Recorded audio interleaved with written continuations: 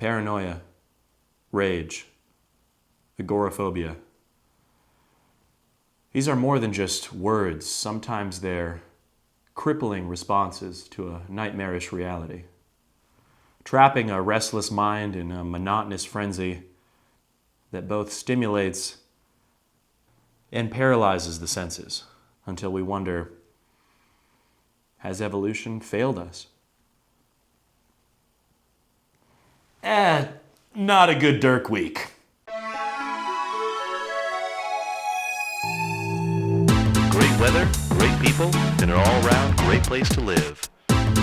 This is the Neighborhood News. Front page news from your backyard. Welcome to the neighborhood. Well, enough of all that. We've got a first for the Neighborhood News this week. The station unanimously decided to create a special segment and dedicate it to the recipient of an award on behalf of the Neighborhood News. The Most Annoying Animal of the Week award goes to Xander, a feisty little cockatoo that someone keeps bringing into the office. Now, I'm told cockatoos are social, highly intelligent birds, and, well, he sure has a lot to say. You know, pitch-perfect imitations of phones ringing and tea kettles whistling are entertaining the first 3 or so times. But a constant cycling through an endless soundboard of car alarms, machine gun fire, and 80s sitcom intros has been a bit much this week. Now, it sounds funny now, but it is actually much worse than that, and nobody believes me. Whenever no one else is in the room, the parrot talks to me. Directly to me. It insults me. And these are accurate, calculated insults, not just vague phrases or lines from a movie. This bird's gotten into my head.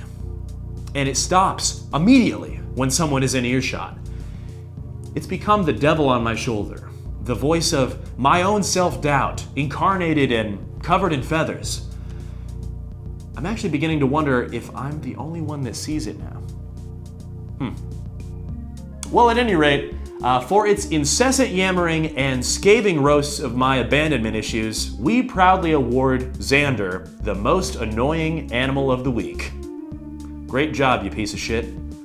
The next story that's been burning a hole in my subconscious for the last 57 hours is about our favorite neighborhood abomination, Glenn.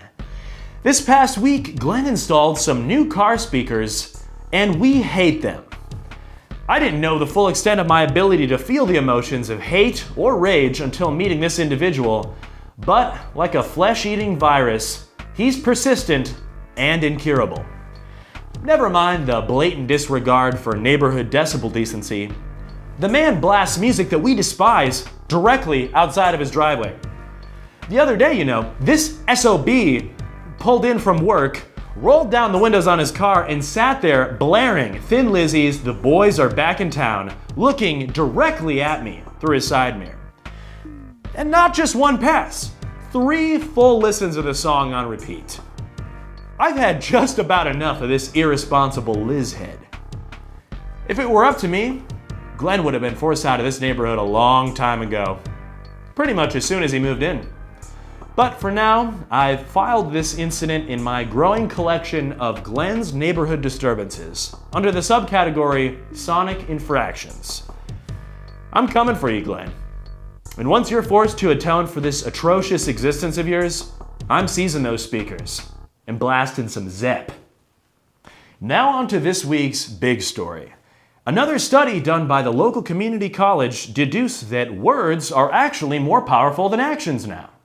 It doesn't really matter what you go out and do with your life, as long as you talk about it a lot online.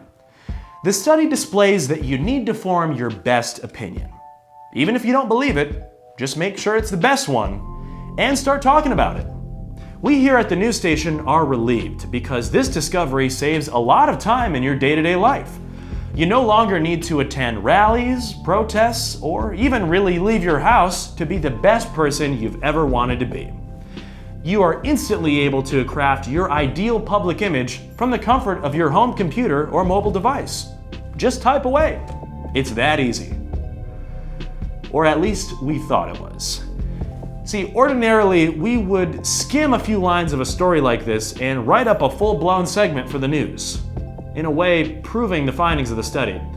But we decided to read a little further, and the research also highlighted a bit of a dark patch in this otherwise lush meadow of online expression. It also turns out that anyone can say anything about you online, and it is believed without question. Yep, bit of a double-edged sword, these words. What followed was an hour-long depression dive through the comment section on the station's website, which only stoked the eternal flames of self-loathing in each of us. We demanded a solution, begging science to help us stop this lawless future. How does anyone know the truth anymore? Well, we got nothing. So in the end, it looks like sticks and stones may break human bones, but words will linger forever in an online purgatory, offering neither salvation nor damnation as they're distorted into heinous misrepresentations, devoid of intent or emotion. Lifeless copies of forgotten memories. But hey, I think it's about that time in the episode, right? Let's see what Frank is up to. Does anyone know where he is? I actually just saw him running down the street about 20 minutes ago. Hopefully it's something a little more chipper and upbeat than the rest of this week's episode. Where are you, buddy? Hey there, Dirk. Yep, I am outside a house which contains a couple musically talented individuals as they are actually practicing in this very garage. See, this is exactly what we needed. Some nice music to brighten the spirits. So let's see here. Let's take a listen, shall we? Wow, would you call this music? I don't know how you would classify this, Dirk, but I think maybe experimental.